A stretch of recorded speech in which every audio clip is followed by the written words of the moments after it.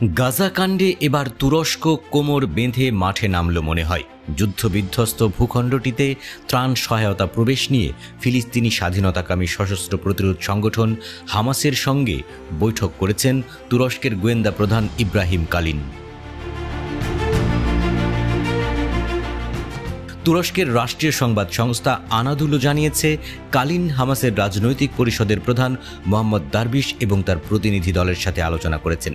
তবে বৈঠকটি কোথায় হয়েছে তা উল্লেখ করেননি, যদিও বিভিন্ন গণমাধ্যমের খবর বলছে এটি তুরস্কে অনুষ্ঠিত হয়েছে। নিরাপত্তা সূত্রের বরাত দিয়ে আনাদুলো জানিয়েছে, মানবিক সহায়তা পৌঁছে দেওয়ার উপায় নিয়ে আলোচনার পাশাপাশি তারা গাজায় জনগণকে জোরপূর্বক বাস্তুচ্যুত করার যে কোনো পরিকল্পনা মোকাবেলার উপায় নিয়েও আলোচনা করেছেন।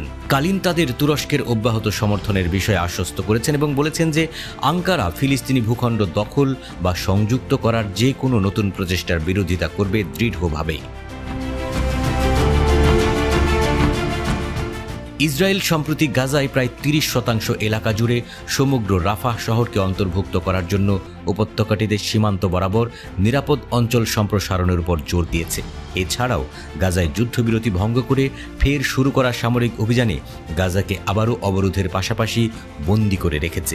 একই সঙ্গে ছিটমহলটিতে সব ধরনের মানবিক সহায়তা বন্ধ করে দিয়েছে এবং এটিকে হাতিয়ার বানিয়ে হামাসকে জিম্মি চুক্তিতে সম্মত হতে চাপ দিচ্ছে। হামাস এক বিবৃতিতে জানিয়েছে, তাদের নেতারা যুদ্ধবিরতির বিনিময়ে অবিলম্বে একটি বন্দি বিনিময় চুক্তিতে পৌঁছানোর পাশাপাশি গাজা থেকে ইসরায়েলি সেনা পুরোপুরি প্রত্যাহার, গাজা পুনর্নির্মাণ শুরু এবং ইসরায়েলের অবরোধ তুলে নেয়ার বিষয়ে তাদের আগ্রহের উপর জোর দিয়েছেন।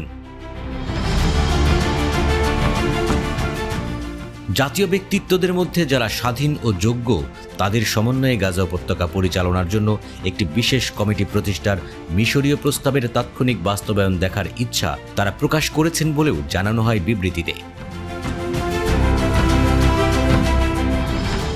হামাস বৃহস্পতিবার 45 দিনের যুদ্ধবিরতির জন্য ইসরায়েলের সর্বশেষ প্রস্তাব প্রত্যাখ্যানের ইঙ্গিত দিয়েছে এবং 18 মাস ধরে চলমান যুদ্ধের অবসান ঘটাতে একটি বিশদ চুক্তির আহ্বান জানিয়েছে। অনাহারকে অস্ত্র হিসেবে ইসরায়েল ব্যবহার করছে বলেও অভিযোগ করেছে হামাস, কিন্তু ইসরায়েল তাদের অবরোধ অব্যাহত রাখার ঘোষণা দিয়েছে। ইসরায়েল বলেছে, গাজায় এখনও বন্দী 58 জন জিম্মিকে মুক্তি দিতে হামাসকে বাধ্য করার এটাই একমাত্র উপায়। জাতিসংঘ সতর্ক করে বলেছে, 2023 সালের অক্টোবরে ইসরায়েলের উপর হামাসের আক্রমণের ফলে যুদ্ধ শুরু হওয়ার পর থেকে এই অঞ্চলটি সবচেয়ে গুরুতর মানবিক সংকটের কবলে পড়েছে। হামাস পরিচালিত গাজায় স্বাস্থ্য মন্ত্রণালয়ের তথ্য অনুযায়ী গত মাসের যুদ্ধবিরতি লঙ্ঘন করে ইসরায়েলের একতরফা হামলায় এখনও পর্যন্ত গাজায় কমপক্ষে 1691 জন নিহত হয়েছে, যার ফলে 2023 সালের অক্টোবর থেকে শুরু হওয়া ইসরায়েলি হামলায় নিহতের সংখ্যা 51,000 ছাড়িয়েছে।